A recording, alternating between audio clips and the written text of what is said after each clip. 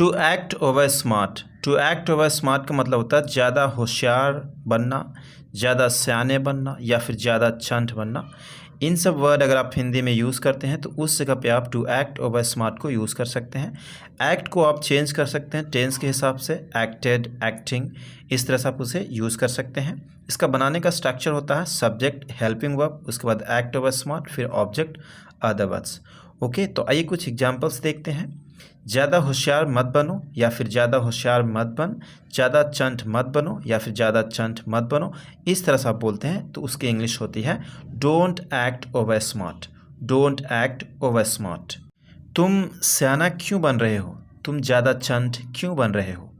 Y are you acting over smart, why are you acting over smart. वह ज़्यादा होशियार बन रही थी, she was acting over smart, she was acting over smart. ज़्यादा होशियार बनने की कोशिश मत करो, don't try to act over smart, don't try to act over smart. The next one, यहाँ पर ज़्यादा होशियार बनने का कोई फ़ायदा नहीं है, इसे आपको कमेंट करना है। Okay guys, the next topic would be 100 times, उसके बाद कंपैरेटिव डिग्री रखेंगे जिसका मतलब होगा 100 गुना। ठीक है, तो पहले इसका बनाने का स्ट्रक्चर देख लेते हैं। इसका स्ट्रक्चर होता है सब्जेक्ट हेल्पिंग वर्ब, उसके बाद 100 टाइम्स, फिर कंपैरेटिव डिग्री रखेंगे, उसके बाद दैन रखेंगे, फिर ऑब्जेक्ट रखेंगे। कंपैरेटिव डिग्री कुछ इस तरह से, बेटर, बिगर, यंगर, स्मार्टर एट्सेट्रा। जैसे यदि आप कहते हैं मेरा घर तुम्हारे घर से 100 गुना बड़ा है, तो कहेंगे my house is 100 times bigger than yours. वह तुमसे 100 गुना अच्छा है, he is 100 times better than you. मैं 100 गुना तुमसे बेहतर हूँ, I am 100 times better than you, I am 100 times better than you. वह तुमसे 100 गुना सुंदर थी, वह तुमसे 100 गुना सुंदर थी, she was 100 times more beautiful than you. क्या तुम मेरे से 100 गुना बेहतर रहे हो, इसे आपको कमेंट करना है गाइस। कमेंट करेंगे तो I am sure I am going to check all the comments. Next one, in the guise of. In the guise of का मतलब होता है के भेष में, के रूप में, के शक्ल में। ओके, जैसे तुम इंसान के शक्ल में कुत्ता हो, अगर कुछ ऐसा बोलना हो तो उस जगह पे आप इन स्ट्रक्चर को यूज़ कर सकते हैं। इसका बनाने का नियम होता है सेंटेंस, उसके बाद इन द गाइज ऑफ। कोई भी अगर वर्ब दिखाएंगे उसमें आईएनजी दिखाना पड़ेगा आपको, या फिर कोई नॉन रखेंगे। जैसे तुम इंसान के शक्ल में कुत्ता हो, you are a dog in the guise of a man. तुम पुलिस के भेष में चोर हो, you are thief in the guise of police. वह जादूगर के भेष में तुम्हारे घर में घुस गया, she entered into your house in the guise of a magician. कुछ चोर पुलिस के रूप में मेरे घर में घुसा था, some thief entered my home in the guise of the police man.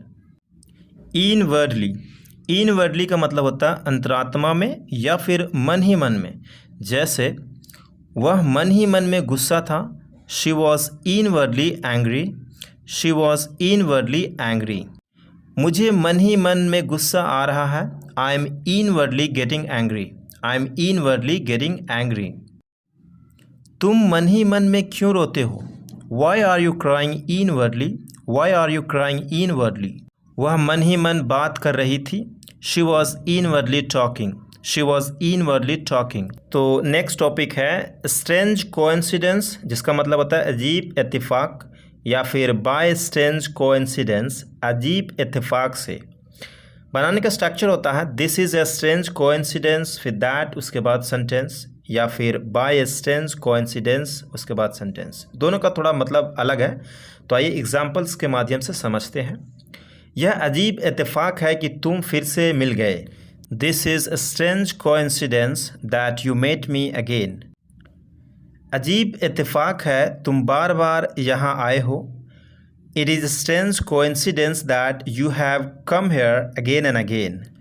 अजीब इत्तेफाक से मिले हैं हम दोनों। गाइस, यहाँ पे बाय मतलब से, अगर से आएगा तो उस जगह पे आप बाय स्ट्रेंज कोइंसिडेंस को लगाएंगे। जैसे यहाँ पे अजीब इत्तेफाक से मिले हैं हम दोनों, तो उस जगह पे आप कहेंगे we both have met by a strange coincidence. यह इत्तेफाक से हो गया, this happened by a strange coincidence. इत्तेफाक से कुछ नहीं होता, इसे आपको बनाना है as a homework. Okay, I am going to check. The next one, cause a scene. Cause a scene का मतलब होता है हंगामा खड़ा करना, हंगामा मचाना। ओके, सीन क्रिएट करना, उस जगह पे आप कॉज अ सीन यूज़ कर सकते हैं। बनाने का स्ट्रक्चर होता है सब्जेक्ट हेल्पिंग वर्ब, उसके बाद कॉज अ सीन, उसके बाद ऑब्जेक्ट। जैसे यहाँ पर हंगामा मत करो, don't cause a seen here. तुम इतनी सी बात पर हंगामा खड़ा क्यों कर रहे हो? Why are you causing a scene over such a trifles. तुम हमेशा हंगामा खड़ा कर देते हो। You always cause a scene, you always cause a scene.